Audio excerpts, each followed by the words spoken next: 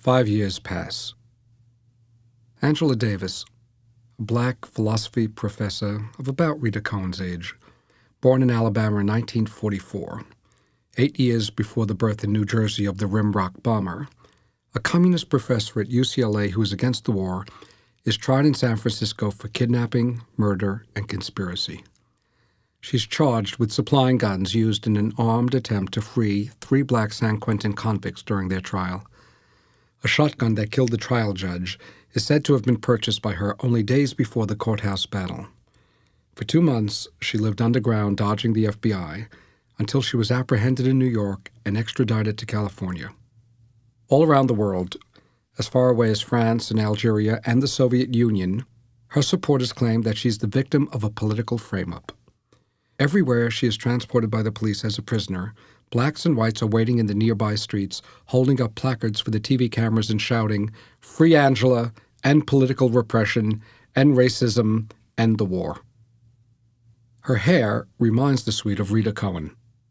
Every time he sees that bush encircling her head, he's reminded of what he should have done that afternoon in the hotel. He shouldn't have let her get away from him no matter what. Now he watches the news to see Angela Davis. He reads everything he can about her. He knows that Angela Davis can get him to his daughter.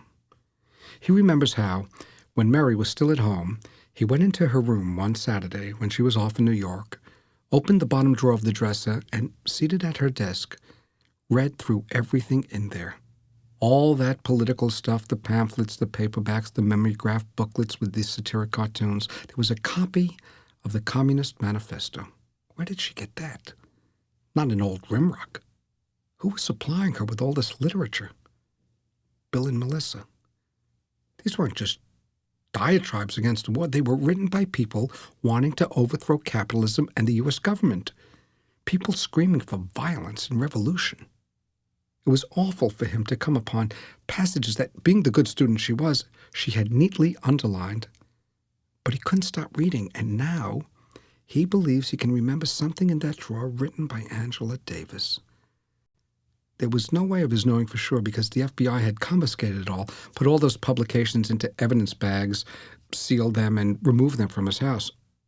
They had dusted her room looking for a solid set of fingerprints that they could use to match up with anything incriminating. They collected the household phone bills to trace Mary's calls. They searched her room for hiding places, pried up floorboards from beneath her rug, removed wainscoting from the walls, took the globe off the ceiling light. They went through her clothes in her closet, looking for things hidden in the sleeves. After the bombing, the state police stopped all traffic on Arcady Hill Road, closed off the area, and 12 FBI agents spent 16 hours combing the house from the attic to the basement when finally, in the kitchen, they searched the dust bag of the vacuum cleaner for papers. Dawn had let out a scream, and all because of Mary's reading Karl Marx and Angela Davis.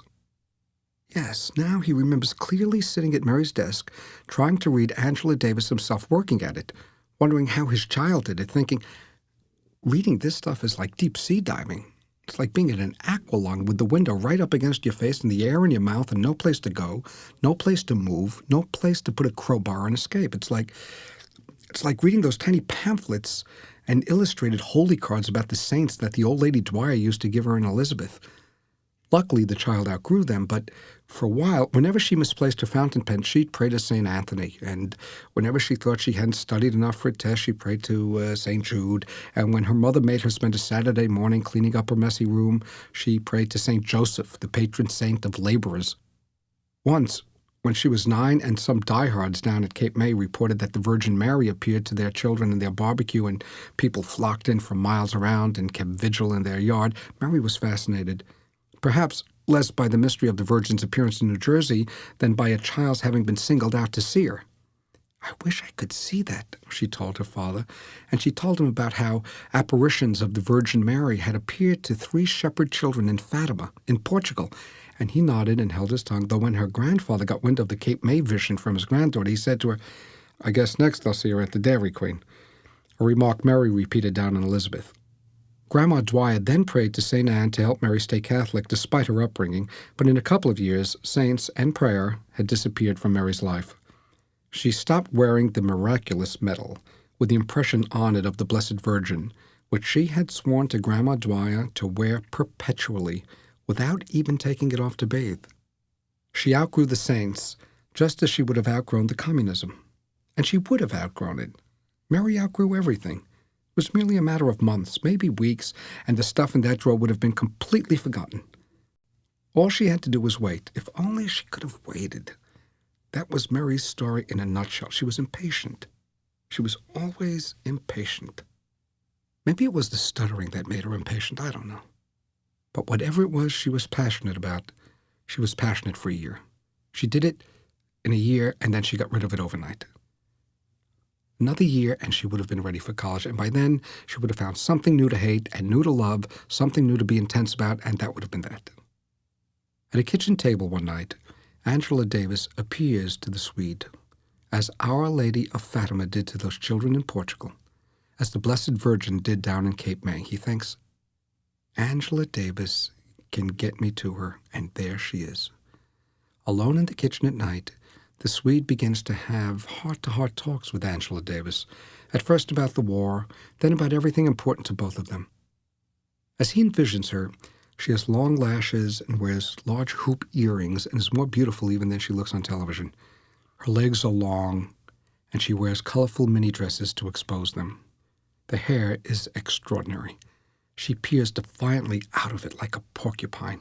The hair says, "Do not approach if you don't like pain." He tells her whatever she wants to hear, and whatever she tells him, he believes. He has to. She praises his daughter, whom she calls a soldier of freedom, a pioneer in the great struggle against repression. He should take pride in her political boldness, she says.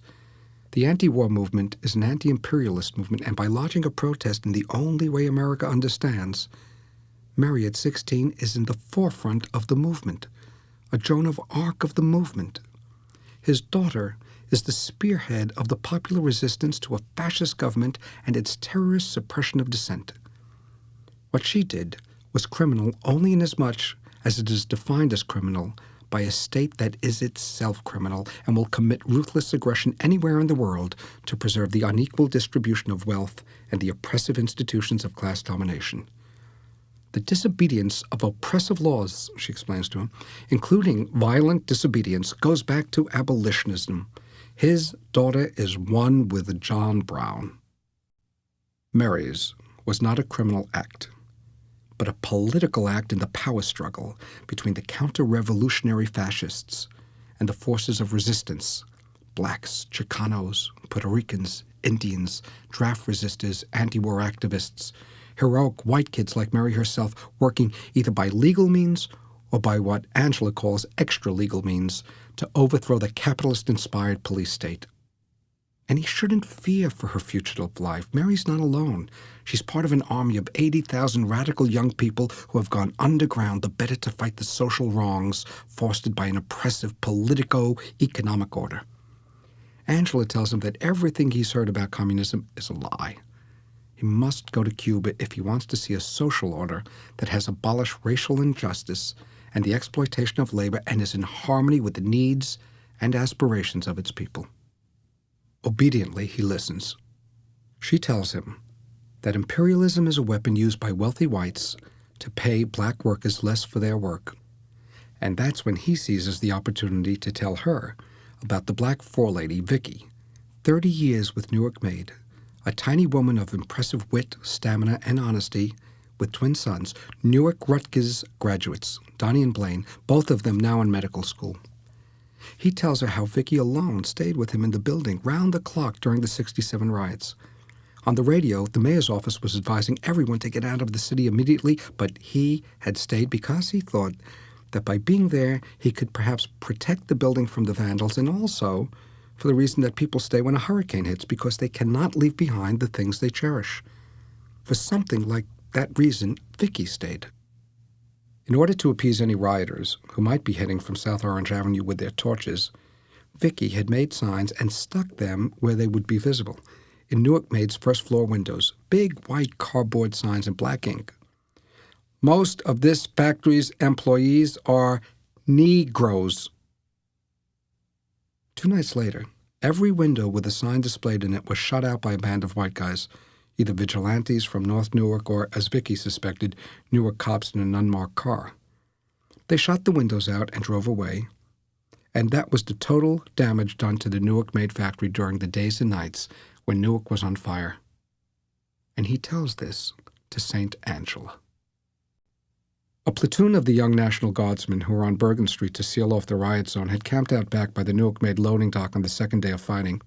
And when he and Vicky went down with hot coffee, Vicky talked to each of them. Uniformed kids in helmets and boots, conspicuously armed with knives and rifles and bayonets, white country boys up from South Jersey who were scared out of their wits. Vicky told them, "Think before you shoot into somebody's window. These aren't snipers. These are people. These are good people. Think." The Saturday afternoon, the tank sat out in front of the factory, and the suite, seeing it there, could at last phone Dawn to tell her, "We'll make it."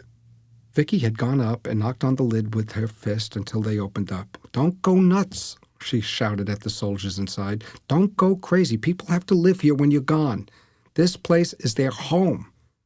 There'd been a lot of criticism afterwards of Governor Hughes for sending in tanks, but not from the Swede. Those tanks put a stop to what could have been a total disaster. Though this he does not say to Angela. For the two worst, most terrifying days, Friday and Saturday, July 14th and 15th, 1967, while he kept in touch with the state police on a walkie-talkie and with his father on the phone, Vicky would not desert him. She told him, "This is mine, too. You just own it." He tells Angela how he knew the way things worked between Vicky and his family, knew it was an old and lasting relationship, knew how close they all were, but he had never properly understood that her devotion to Newark Maid was no less than his. He tells Angela how, after the riots, after living under siege with Vicky at his side, he was determined to stand alone and not leave Newark and abandon his black employees. He does not, of course, tell her that he wouldn't have hesitated, and wouldn't still, to pick up and move, were it not for his fear that, if he should join the exodus of businesses not yet burned down, Mary would at last have her airtight case against him, victimizing black people and the working class and the poor solely for self-gain out of filthy greed. In the idealistic slogans, there was no reality, not a drop of it. And yet, what else could he do? He couldn't provide his daughter with the justification for doing something crazy. So he stayed in Newark, and after the riots, Mary did something crazier than crazy. The Newark riots, then the Vietnam War, the city, then the entire country, and that took care of the Seymour Leboves of Arcady Hill Road.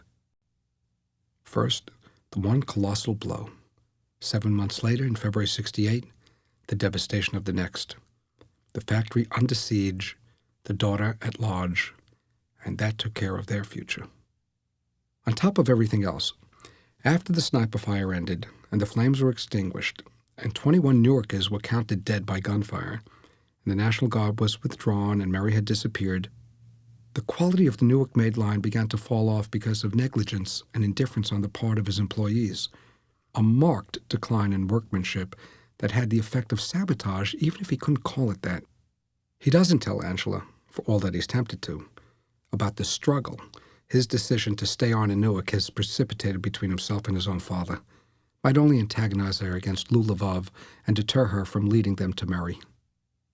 "What we've got now," his father argued each time he flew up from Florida to plead with his son to get the hell out before a second riot destroyed the rest of the city, "is that every step of the way, we're no longer making one step. We're making 2, 3, and 4 steps. Every step of the way, you have to go back a step to get it cut again, to get it stitched again.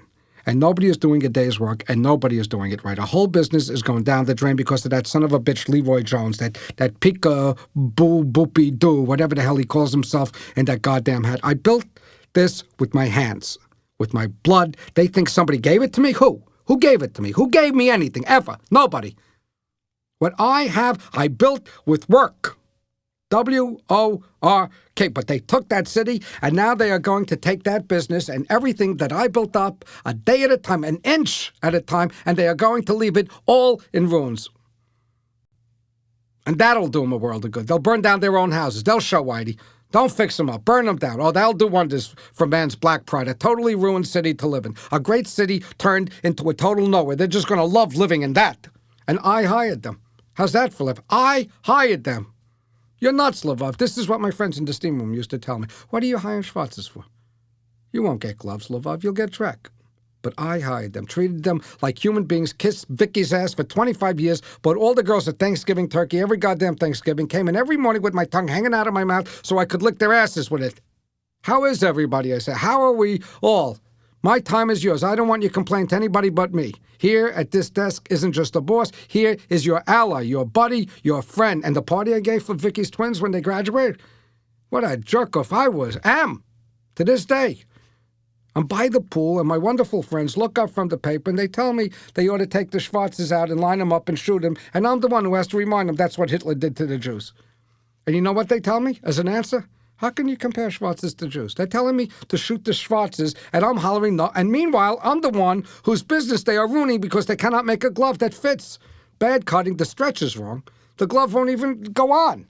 Careless people, careless. And it's inexcusable. One operation goes wrong, the whole operation is spoiled all the way through. And still, when I'm arguing with these fascist bastards, see more Jewish men of my age who have seen what I've seen, who should know better 1,000,000 times over. When I'm arguing with them, I'm arguing against what I should be arguing for.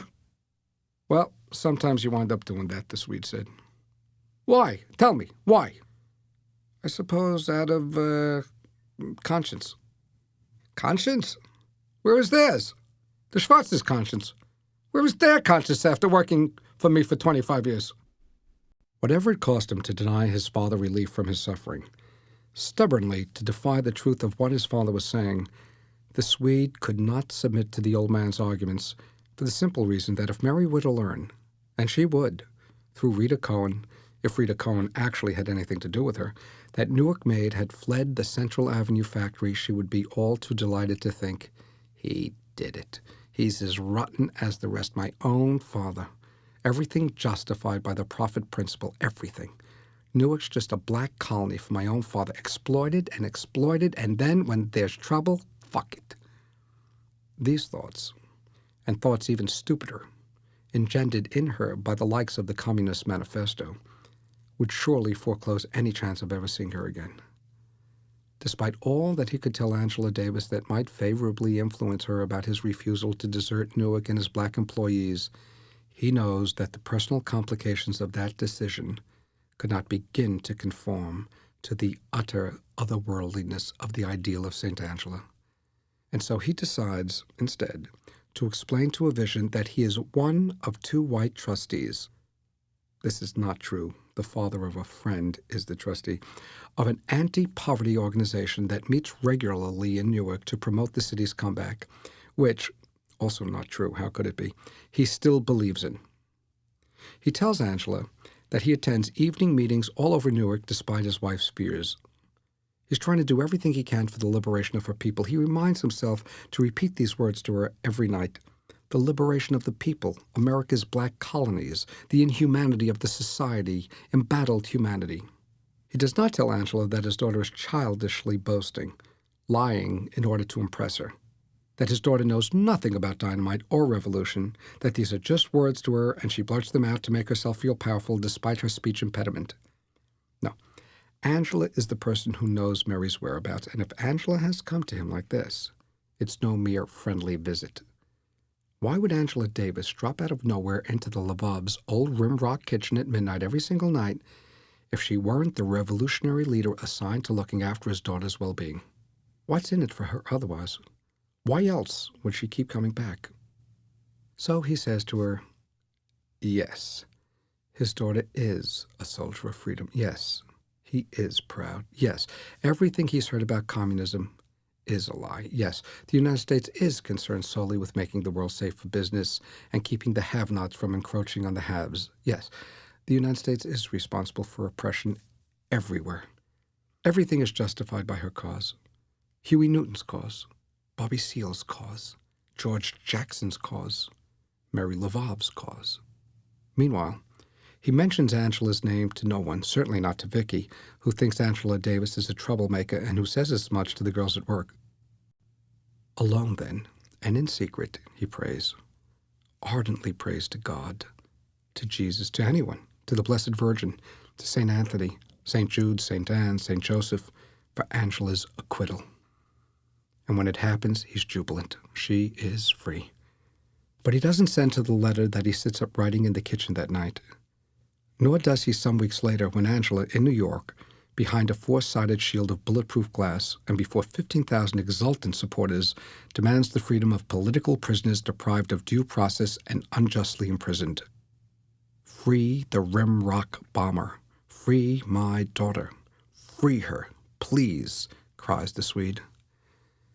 I think it's about time, Angela says, for all of us to begin to teach the rulers of this country a few lessons. And yes, cries the Swede, yes, it is about time. A socialist revolution in the United States of America. But nonetheless, he remains alone at his kitchen table because he still can't do anything that he should do, or believe anything that he should believe, or even know any longer what it is he does believe. Did she do it or didn't she do it? He should have fucked Rita Cohen. If only to find out. Fuck the conniving little sexual terrorist until she was his slave. Until she took him to the hideout where they made the bombs. If you want to see your daughter as much as you say, you'll just calm down and come over here and give Rita Cohen a nice big fuck. He should have looked at her cunt and tasted it and fucked her. Is that what any father would have done? If he would do anything for Mary, why not that? Why did he run? And this is just a part of what is meant by 5 years pass. A very tiny part. Everything he reads or sees or hears has a single significance. Nothing is impersonally perceived. For 1 whole year, he cannot go into the village without seeing where the general store used to be. To buy a newspaper or a quart of milk or a tank of gas, he has to drive almost clear into Morristown, and so does everybody else in Old Rimrock. The same to buy a stamp. Basically, the village is one street. Going east, there is the new Presbyterian church, a white pseudo-colonial building that doesn't look like much of anything, and that replaced the old Presbyterian church that burned to the ground in the 1920s. Just a little ways from the church are the oaks, a pair of 200-year-old oak trees that are the town's pride. Some 30 yards beyond the oaks is the old blacksmith shop that was converted just before Pearl Harbor into the home shop, where local women go to buy wallpaper and lampshades and decorative knickknacks and to get advice from Mrs. Fowler about interior decorating. Down at the far end of the street is the auto repair garage run by Perry Hamlin, a hard-drinking cousin of Russ Hamlin's, who also canes chairs, and then beyond that, encompassing some 500 acres, is the rolling terrain of the dairy farm owned and worked by Paul Hamlin, who is Perry's younger brother.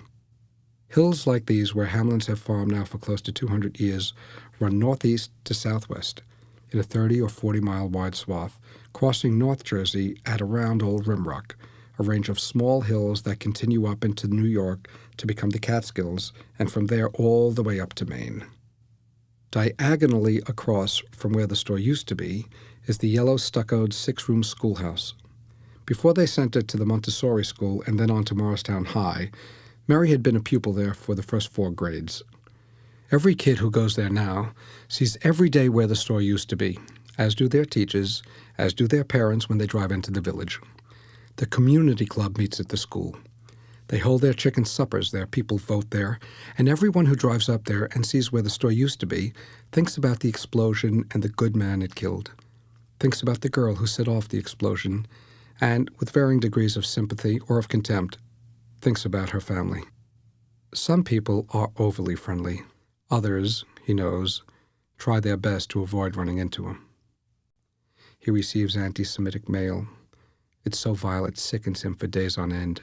He overhears things. Dawn overhears things. Lived here all my life. Never saw anything like this before.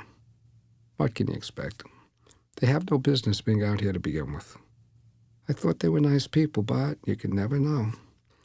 An editorial from the local paper, recording the tragedy and commemorating Dr. Conlon, is thumbtacked to the community club bulletin board and hangs there right out by the street. There's no way the Swede can take it down, much as he would like to, for Dawn's sake at least. You'd think that what with the exposure to the rain and the wind and the sun and the snow, the thing would rot away in a matter of weeks. But it not only remains intact, but it's almost completely legible for one whole year. The editorial is called Dr. Fred. We live in a society where violence is becoming all too prevalent. We do not know why, and we may never understand the anger that all of us feel. Our hearts go out to the victim and his family, to the Hamlins, and to an entire community that is trying to understand and to cope with what has happened. A remarkable man and a wonderful physician who touched all our lives. A special fund in memory of Dr. Fred to contribute to this memorial, which will help indigent local families in time of medical need. In this time of grief, we must rededicate ourselves in his memory. Alongside the editorial is an article headlined, "Distance Heals All Wounds," which begins, "We'd all just as soon forget," and continues, "that soothing distance will come quicker to some than others." The Reverend Peter Ballaston of the First Congregational Church, in his sermon, sought to find some good in all the tragedy, will bring the community closer together in a shared sorrow. The Reverend James Veering of St. Patrick's Church gave an impassioned homily. Beside that article is a third clipping, one that has no business being there, but he cannot tear that one down any more than he can go ahead and tear down the others, so it too hangs there for a year. It's the interview with Edgar Bartley. Both the interview and the picture of Edgar from the paper, showing him standing in front of his family's house with a shovel and his dog, and behind him the path to the house, freshly cleared of snow. Edgar Bartley is the boy from Old Rimrock who'd taken Mary to the movies in Morristown some 2 years before the bombing. He was a year ahead of her at the high school, a boy as tall as Mary, and as the Swede remembered him, nice enough looking, though terrifically shy and a bit of an oddball. The newspaper story describes him as Mary's boyfriend at the time of the bombing, though as far as her parents knew, Mary's date with Edgar Bartley 2 years earlier was the one and only date she'd ever had with him or with anyone. Whatever. Someone has underlined in black all the quotations attributed to Edgar. Maybe a friend of his did it as a joke, a high school joke. Maybe the article with the photograph was hung there as a joke in the first place. Joke or not, there it remains month after month, and the Swede cannot get rid of it. It doesn't seem real. I never thought she would do something like this. I knew her as a very nice girl. I never heard her say anything vicious. I'm sure something snapped. I hope they find her so that she can get the help that she needs. I always thought of Old Rimrock as a place where nothing can happen to you, but now, I'm like everybody. I'm looking over my shoulder. It's going to take time before things return to normal. I'm just moving on. I have to forget about it. Like nothing happened, but it's very sad. The only solace the Swede can take from the community club bulletin board is that no one has posted there the clipping whose headline reads, "Suspected bomber is described as bright, gifted, but with stubborn streak." That one he would have torn down.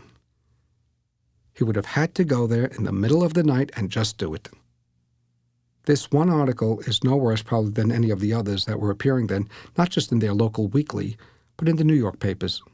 Times, the Daily News, the Daily Mirror, the Post, in the Jersey dailies, the New York News, the New York Star Ledger, the Morristown Record, the Bergen Record, the Trenton Times, the Patterson News, in the nearby Pennsylvania papers, the Philadelphia Inquirer, the Philadelphia Bulletin, and the Eastern Express, and in Time and Newsweek. Most of the papers and the wire services dropped the story after the first week, but the Newark News, and the Morristown Record in particular, wouldn't let up. The News had 3-star reporters on the case, and both papers were churning out their stories about the Rimrock bomber every single day for weeks. The Record, with its local orientation, couldn't stop reminding its readers that the Rimrock bombing was the most shattering disaster in Morris County since the September 12, 1940 Hercules Powder Company explosion some 12 miles away in Kenville, when 52 people were killed and 300 injured.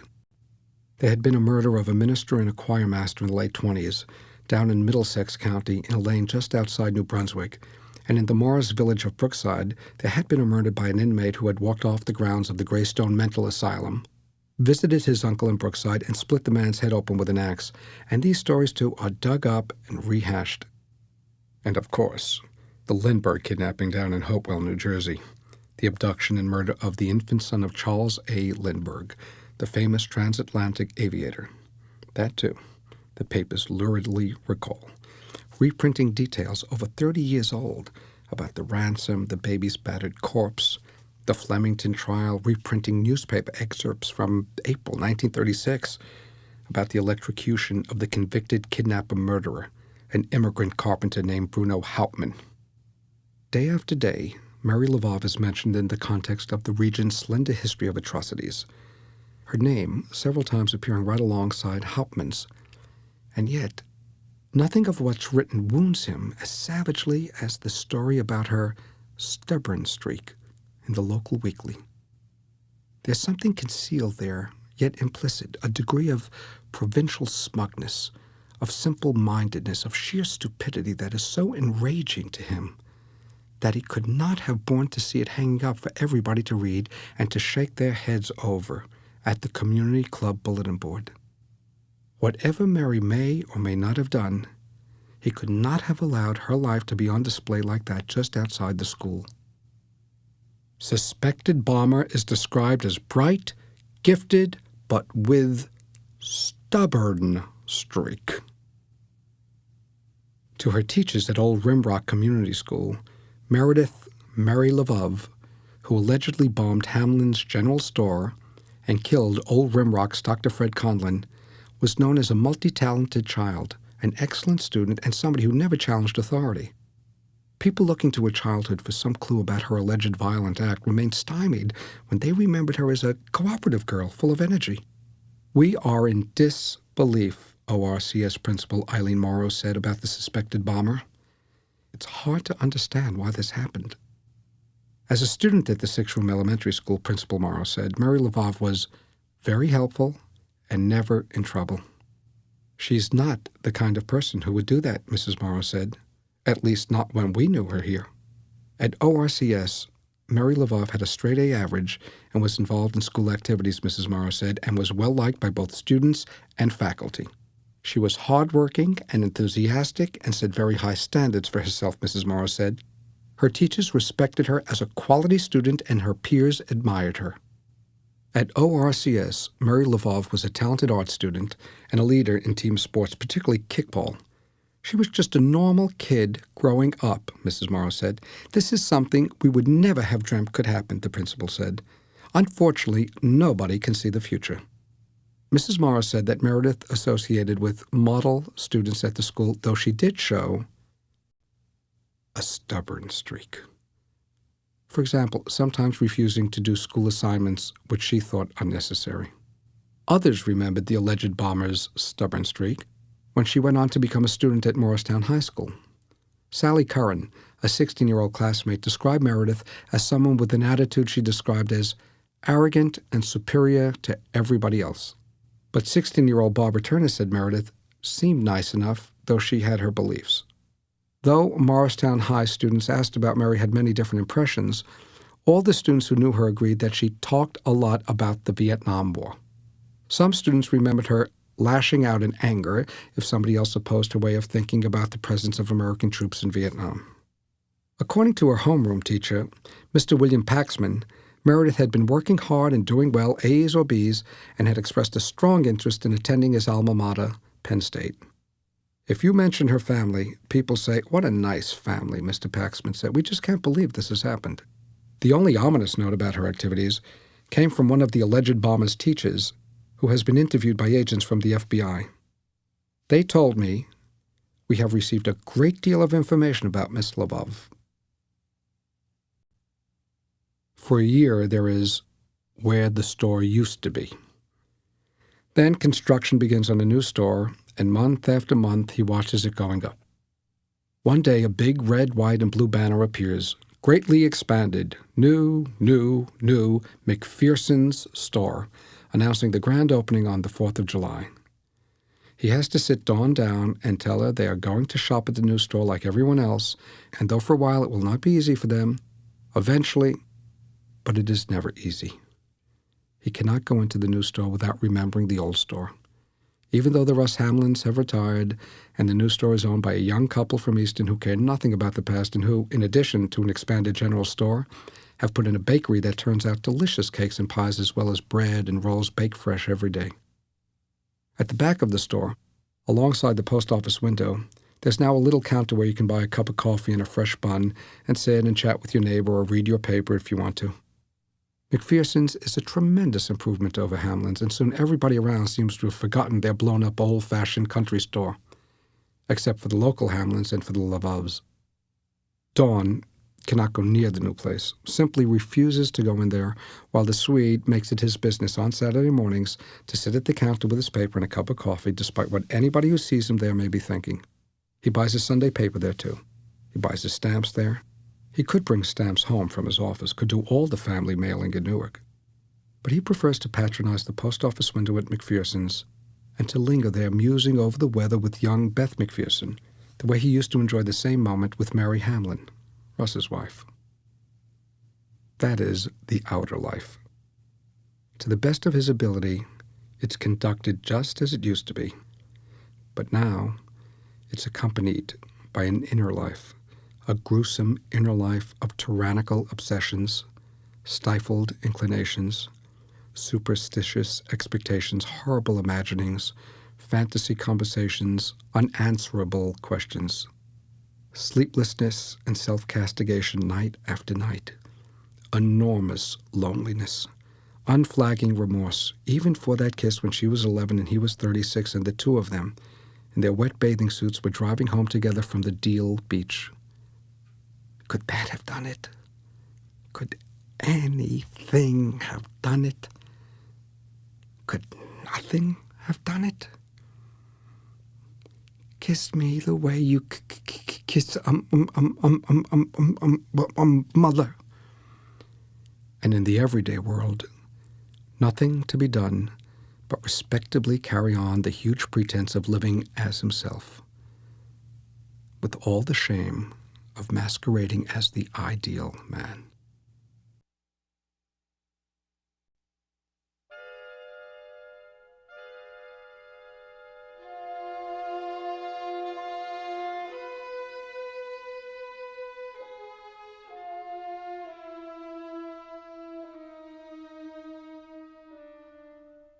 September 1st, 1973.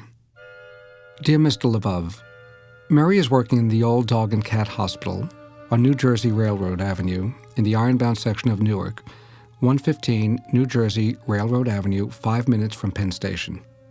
She's there every day. If you wait outside, you can catch her leaving work and heading home just after 4 p.m.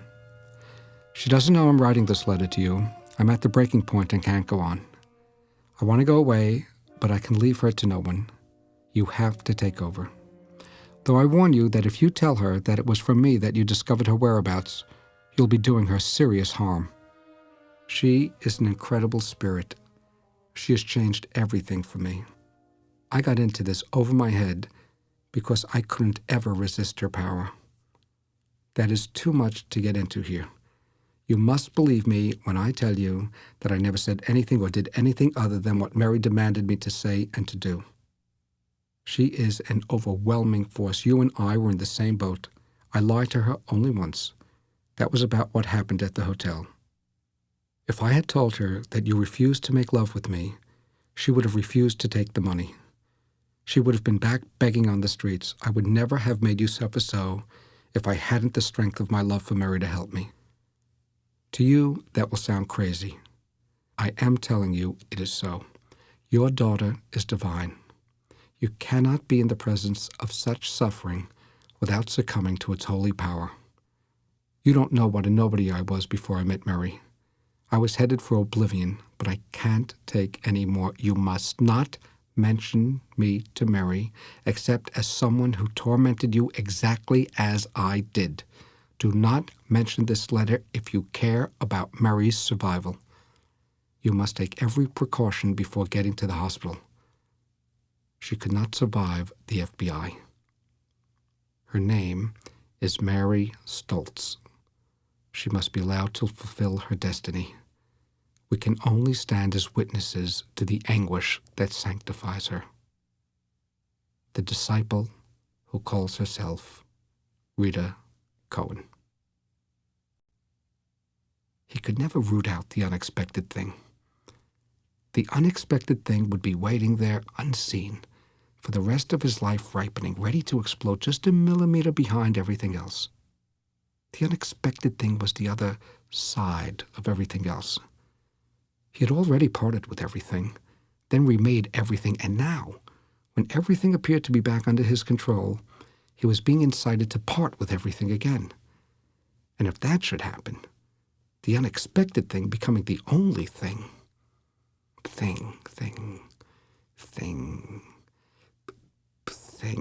But what other word was tolerable? They could not be forever in bondage to this fucking thing. For 5 years he'd been waiting for just such a letter. It had to come. Every night in bed he begged God to deliver it the following morning. And then, in this amazing transitional year, 1973, the year of Dawn's miracle, during these months when Dawn was giving herself over to designing the new house, he had begun to dread what he might find in the morning's mail or hear each time he picked up the phone. How could he allow the unexpected thing back into their lives now that Dawn had ruled out of their lives forever the improbability of what had happened? Leading his wife back to herself had been like flying them through a 5-year storm. He had fulfilled every demand. To disentangle her from her horror, there wasn't anything he had omitted to do. Life had returned to something like its recognizable proportions. Now tear the letter up and throw it away. Pretend it never arrived. Because Dawn had twice been hospitalized in a clinic near Princeton for suicidal depression, he had come to accept that the damage was permanent, and that she'd be able to function only under the care of psychiatrists and by taking sedatives and an antidepressant medication, that she'd be in and out of psychiatric hospitals, and that he would be visiting her in those places for the rest of their lives. He imagined that once or twice a year he'd find himself sitting at the side of her bed in a room where there were no locks on the door. There'd be flowers he sent her in a vase on the writing desk. On a windowsill, the ivy plants he'd brought from her study, thinking it might help her to care for something.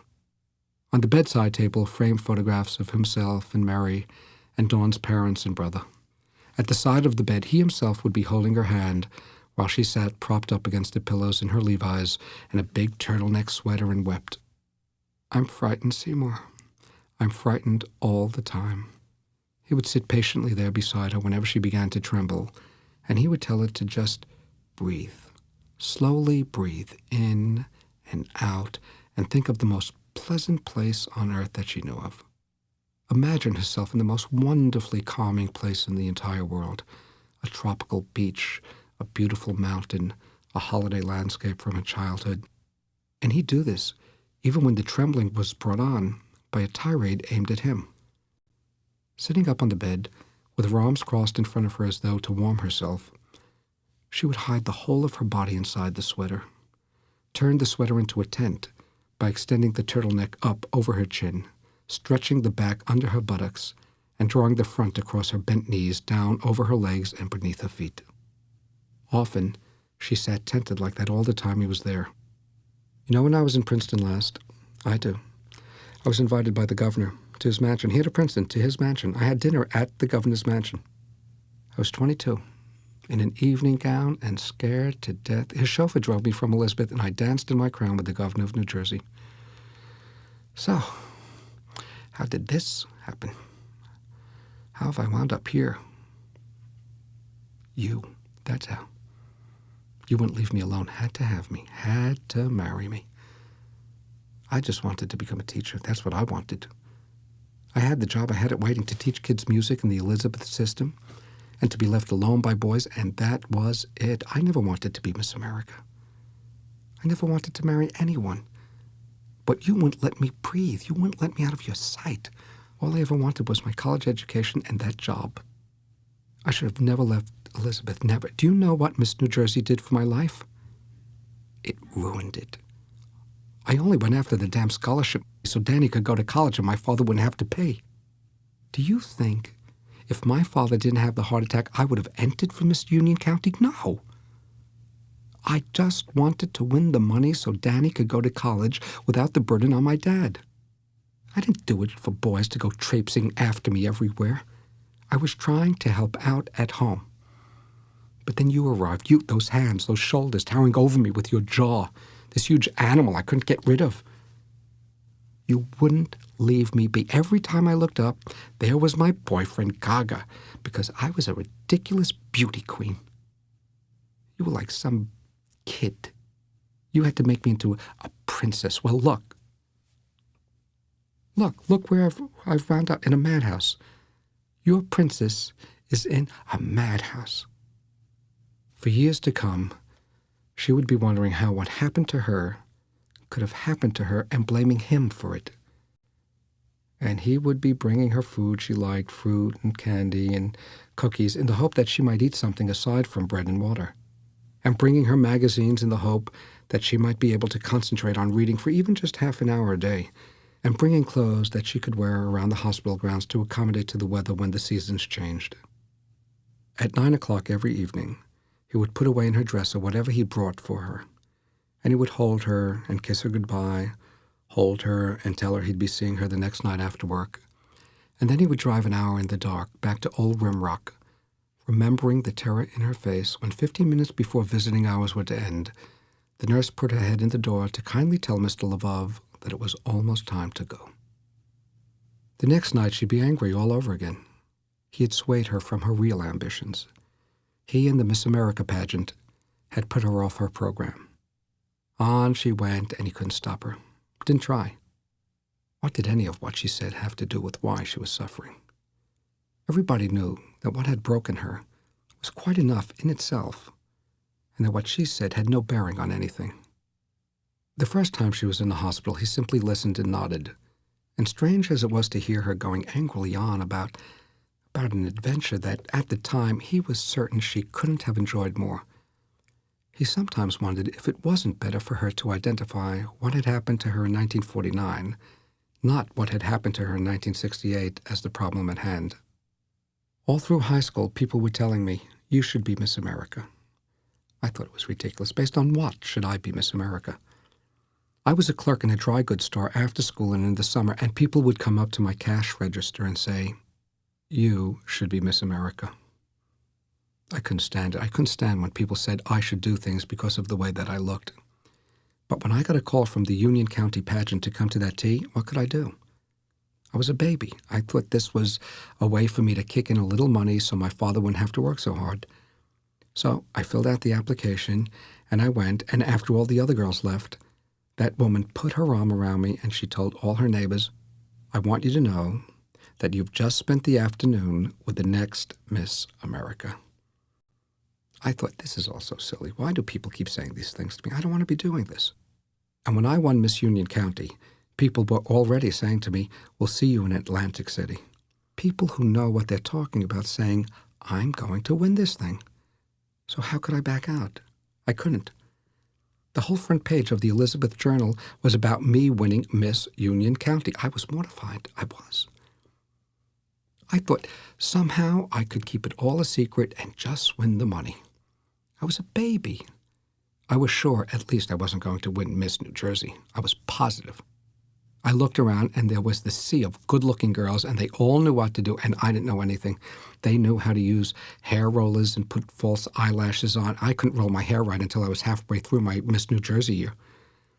I thought, oh my God, look at their makeup, and they had beautiful wardrobes, and I had a prom dress and borrowed clothes, and so I was convinced there was no way I could ever win. I was so introverted.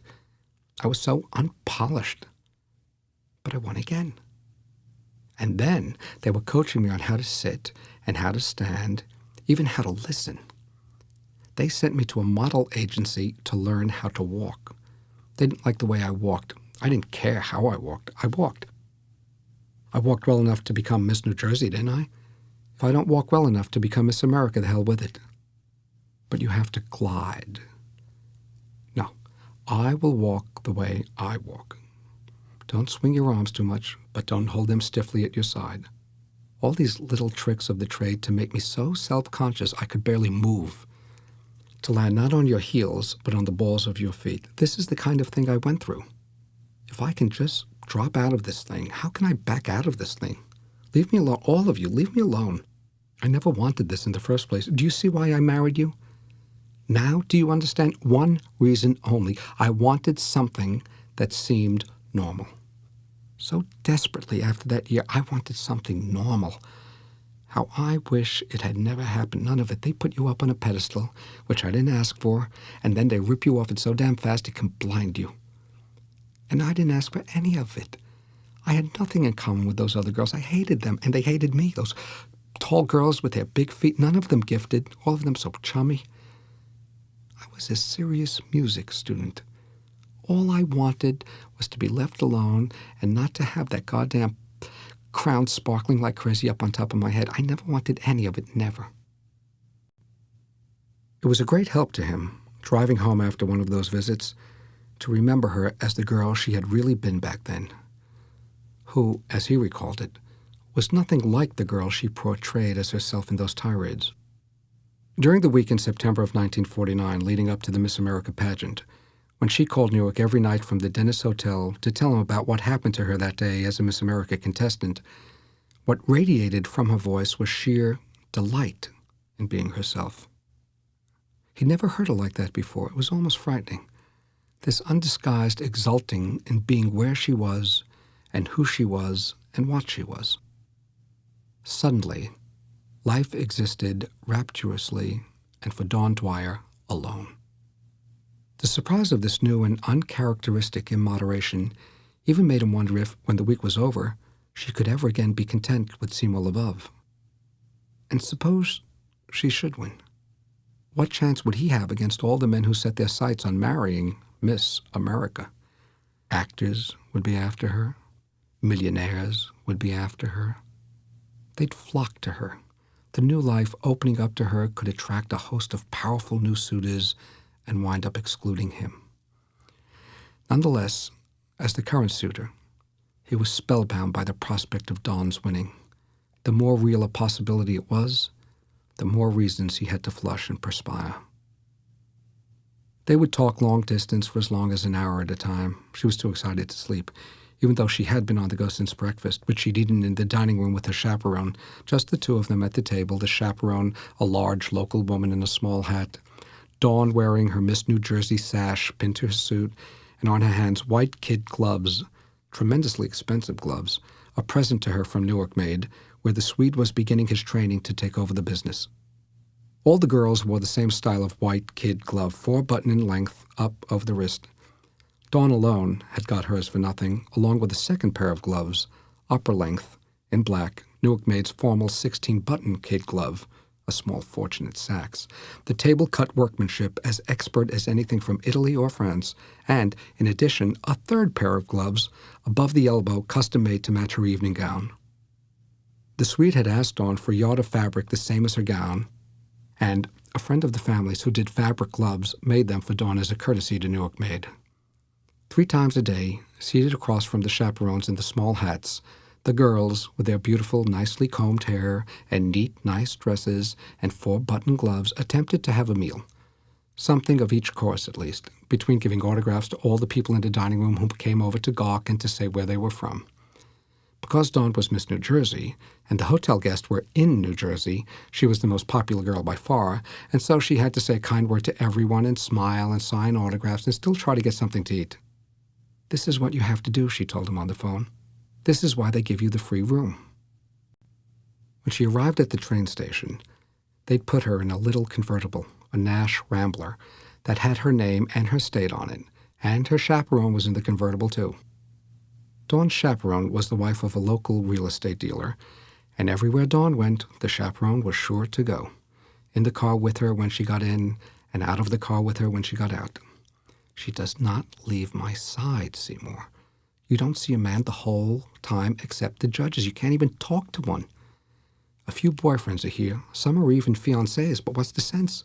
The girls aren't allowed to see them. There's a book of rules so long I can hardly read through it. Members of the male sex are not permitted to talk to contestants except in the presence of their hostesses. At no time is a contestant permitted to enter a cocktail lounge or partake of an intoxicating beverage. Other rules include no padding." The Swede laughed. "Uh-oh. Let me finish, Seymour. It just goes on and on. No one is permitted an interview with a contestant without her hostess being present to protect her interest." Not just Dawn, but all the girls got the little Nash Rambler convertibles, though not to keep. You got to keep it, only if you became Miss America. Then it would be the car from which you waved to the capacity crowd when you were driven around the edge of the field at the most famous of college football games. The pageant was pushing the Rambler because American Motors was one of the sponsors. There had been a box of Frailinger's original saltwater taffy in the room when she arrived, and a bouquet of roses. Everybody got both, compliments of the hotel. But Dawn's roses never opened, and the rooms the girls got, at least the girls put up at Dawn's hotel, was small, ugly, and at the back. But the hotel itself, as Dawn excitedly described it, at Boardwalk and Michigan Avenue, was one of the swanky ones where every afternoon they had a proper tea with little sandwiches and croquet was played on the lawn by the paying guests, who rightly enough got the big, beautiful rooms and the ocean views. Every night she'd come back exhausted to the ugly back room with the faded wallpaper, check to see if the roses had opened, and then phone to answer his questions about her chances. She was one of 4 or 5 girls whose photographs kept appearing in the papers, and everybody said that one of these girls had to win. The New Jersey pageant people were sure they had a winner, especially when the photographs of her popped up every morning. "I hate to let them down," she told him. "You're not going to. You're going to win," he told her. "No, this girl from Texas is going to win. I know it. She's so pretty. She has a round face. She has a dimple. Not a beauty, but very, very cute, and a great figure. I'm scared to death of her. She's from some tacky little town in Texas, and she tap dances, and she's the one." "Is she in the papers with you?" "Always. She's one of the 4 or 5 always. I'm there because it's Atlantic City and I'm Miss New Jersey. And the people on the boardwalk see me in my sash and they go nuts. But that happens to Miss New Jersey every year and she never wins. But Miss Texas is there in those papers, Seymour, because she's going to win." Earl Wilson, the famous syndicated newspaper columnist, was one of the 10 judges, and when he heard that Dawn was from Elizabeth, he was reported to have said to someone at the float parade in which Dawn had ridden along the boardwalk with 2 other girls on the float of her hotel, that Elizabeth's longtime mayor, Joe Brophy, was one of his friends. Earl Wilson told someone who then told Dawn's chaperone. Earl Wilson and Joe Brophy were old friends. That was all Earl Wilson said, or was able to say in public, but Dawn's chaperone was sure he'd said it, because after he'd seen Dawn in her evening gown on the float, she'd become his candidate. "Okay," said the Swede. "1 down, 9 to go. You're on your way, Miss America." All she talked about with her chaperone was who they thought her closest competition was. Apparently, this was all any of the girls talked about with their chaperones, and all they wound up talking about when they called home, even if among themselves they pretended to love one another. The Southern girls, in particular, Dawn told him, could really lay it on. "Oh, you're just so wonderful. Your hair's so wonderful." The veneration of hair took some getting used to for a girl as down-to-earth as Dawn. You might almost think, from listening to the conversation among the other girls, that life's possibilities resided in hair. Not in the hands of your destiny, but in the hands of your hair. Together with the chaperones, they visited the Steel Pier and had a fish dinner at Captain Starn's famous seafood restaurant and yacht bar, and a steak dinner at Jack Guichaud's steakhouse. And the 3rd morning, they had their picture taken together in front of Convention Hall, where a pageant official told them the picture was one they would treasure for the rest of their lives, that the friendships they were making would last the rest of their lives, that they would keep up with one another for the rest of their lives, that when the time arrived, they would name their children after one another. And meanwhile, when the papers came out in the morning, the girls said to their chaperones, "Oh, God, I'm not in this. Oh, God, this one looks like she's going to win." Every day there were rehearsals, and every night for a week they gave a show. Year after year, people visited Atlantic City just for the Miss America contest and bought tickets for the nightly show and came all dressed up to see the girls on stage individually exhibiting their talent and performing as an ensemble in costume musical numbers. The one other girl who played piano played Claire de Lune for her solo performance, and so Dawn had to herself the much flashier number, the currently popular hit, "Till the End of Time," a danceable arrangement of a Chopin Polonaise. "I'm in show business. I don't stop all day. You don't have a moment. Because New Jersey's host state, there's all this focus on me, and I don't want to let everybody down. I really don't. I couldn't bear it." "You won't, Donnie. Earl Wilson's in your pocket, and he's the most famous of all the judges. I feel it. I know it. You're going to win." But he was wrong. Miss Arizona won. Dawn didn't make it even into the top 10. In those days, the girls waited backstage while the winners were announced. There was row after row of mirrors and tables lined up alphabetically by state, and Dawn was right in the middle of everyone when the announcement was made. So she had to start smiling to beat the band and clapping like crazy because she had lost, and then, to make matters worse, had to rush back on stage and march around with the other losers, singing along with the MC Bob Russell the Miss America song of that era. Every flower, every rose, stands up on her tippy toes when Miss America marches by. While a girl just as short and slight and dark as she was, little Jackie Mercer from Arizona, who won the swimsuit competition but who Dawn never figured would win it all, took the crowd at Convention Hall by storm. Afterward, at the farewell ball, though it was for Dawn a terrific letdown, she wasn't nearly as depressed as most of the others. The same thing she had been told by the New Jersey pageant people, they'd been told by their state pageant people. You're going to make it, you're going to be Miss America. So the ball, she told them, was the saddest sight she'd ever seen. You have to go and smile, and it's awful, she said. They have these people from the Coast Guard, or wherever they're from, Annapolis. They have fancy white uniforms and braid and ribbons. I guess they're considered safe enough for us to dance with. So they dance with you with their chin tucked in, and the evening's over, and you go home. Still, for months afterward, the super-stimulating adventure refused to die. Even while she was being Miss New Jersey and going around snipping ribbons and waving at people and opening department stores and auto showrooms, she wondered aloud if anything so wonderfully unforeseen as that week in Atlantic City would ever happen to her again. She kept beside her bed the 1949 official yearbook of the Miss America pageant, a booklet prepared by the pageant that was sold all week at Atlantic City. Individual photos of the girls, 4 to a page, each with a tiny outline drawing of her state and a capsule biography. Where Miss New Jersey's photo portrait appeared, smiling demurely, Dawn in her evening gown with the matching 12-button fabric gloves, the corner of the page had been neatly turned back. Mary Dawn Dwyer, 22-year-old Elizabeth, New Jersey brunette, carries New Jersey's hopes in this year's pageant. A graduate of Uppsala College, East Orange, New Jersey, where she majored in music education, Mary Dawn has the ambition of becoming a high school music teacher. She's 5'2.5" and blue-eyed, and her hobbies are swimming, square dancing, and cooking. Left above. Reluctant to give up excitement such as she had never known before, she talked on and on about the fairy tale it had been for a kid from Hillside Road, a plumber's daughter from Hillside Road, to have been up front in front of all those people competing for the title of Miss America. She almost couldn't believe the courage she'd shown. Oh, that ramp, Seymour. That's a long ramp, a long runway. It's a long way to go just smiling. In 1969, when the invitation arrived in Old Rimrock for the 20th reunion of the Miss America contestants of her year, Dawn was back in the hospital for the second time since Mary's disappearance.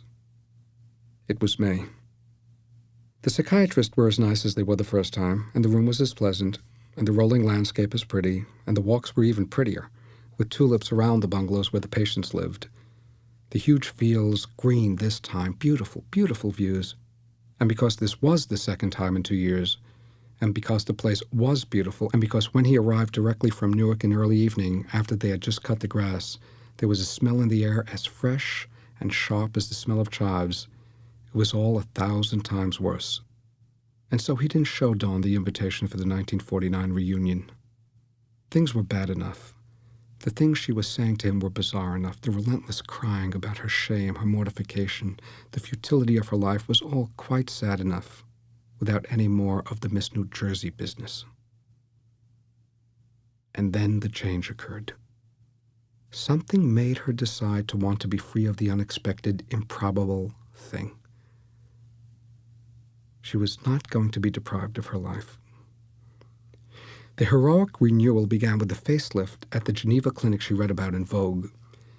Before going to bed, he'd seen her at her bathroom mirror drawing the crest of her cheekbones back between her index fingers, while simultaneously drawing the skin at her jawline back and upward with her thumbs, firmly tugging the loose flesh until she had eradicated even the natural creases of her face.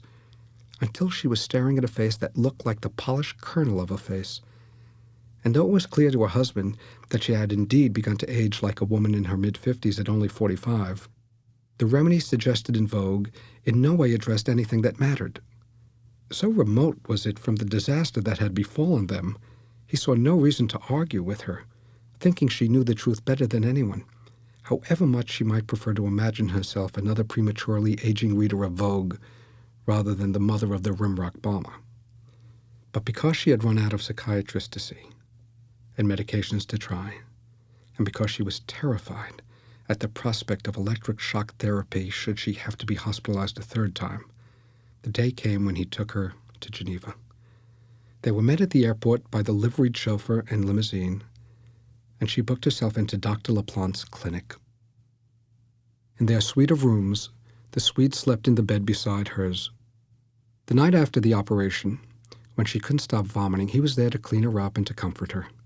During the next several days, when she wept from the pain, he sat at her bedside and, as he had night after night at the psychiatric clinic, held her hand, certain that this grotesque surgery, this meaningless, futile ordeal, was ushering in the final stage of her downfall as a recognizable human being.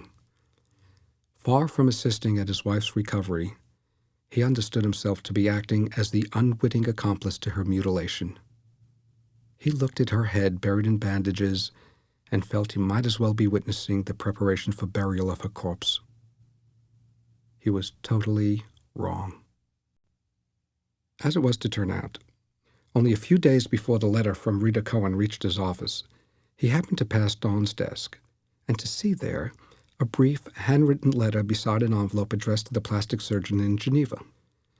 Dear Dr. Laplante, a year has passed since you did my face. I do not feel that when I last saw you, I understood what you had given me. That you would spend 5 hours of your time for my beauty fills me with awe. How can I thank you enough? I feel it's taking me these full 12 months to recover from the surgery. I believe, as you said, that my system was more beaten down than I had realized. Now, it's as if I've been given a new life, both from within and from the outside. When I meet old friends I haven't seen for a while, they're puzzled as to what happened to me. I don't tell them. It is quite wonderful, dear doctor, and without you, it would never have been possible. Much love, and thank you. Dawn Lvov.